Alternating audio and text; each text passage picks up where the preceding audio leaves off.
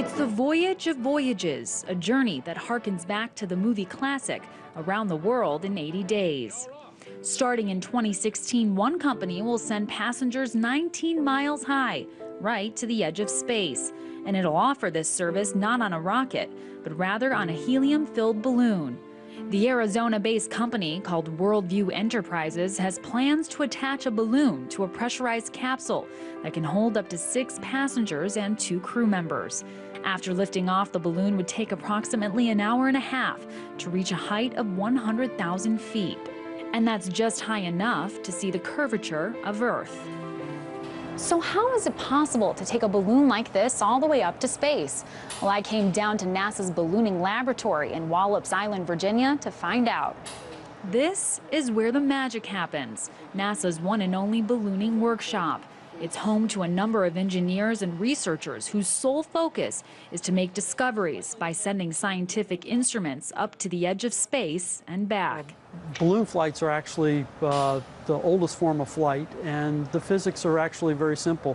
You have buoyancy in the balloon, it lifts you up to a particular altitude, and then you fly. Believe it or not, the concept is just that simple. On the ground, the balloon is filled with a very small amount of helium.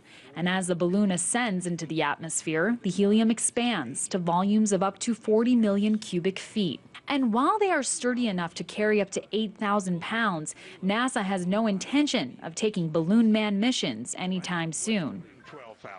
But that hasn't stopped private companies from chartering their own manned missions. Just last year, Red Bull sponsored daredevil Felix Baumgartner, who jumped to Earth from a helium balloon, setting the record for a parachute jump from the highest altitude. And outside of balloon flights, companies like Virgin Galactic and SpaceX will soon be offering commercial trips to outer space by rocket. These private escapades are all part of a flourishing industry that's taken root in the last decade, called space tourism. In fact, in the next 10 years, the FAA says this industry will be worth $1 billion. And we had liftoff.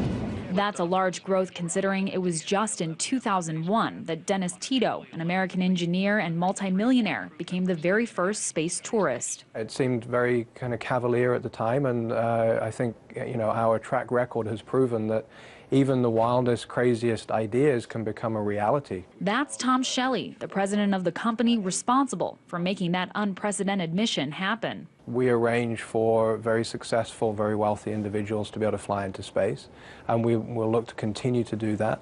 But we're very much looking forward to a lower-priced experience being available. But lower prices in the industry don't exactly translate to a low price overall. Take a ride via rocket and you're looking at a price tag of $250,000, while a balloon ride is a bit more cost-effective at $75,000. While it might not seem like a competitive market just yet, the choices for private spaceflight are growing by the day. More and more companies are beginning to privatize some of the oldest technologies, creating an opportunity for ordinary people to pay their way up to space. In Washington, Ameera David, RT.